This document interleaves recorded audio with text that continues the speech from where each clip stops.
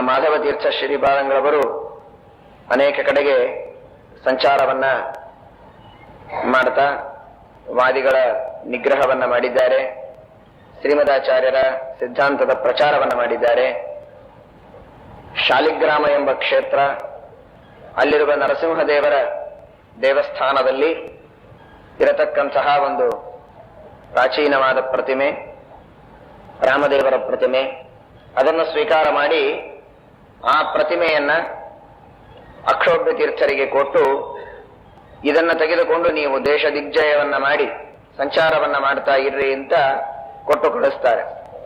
ಅದೇ ಇವತ್ತು ವಂಶರಾಮದೇವರ ಪ್ರತಿಮೆ ಎಂಬುದಾಗಿ ಪ್ರಸಿದ್ಧವಾಗಿದೆ.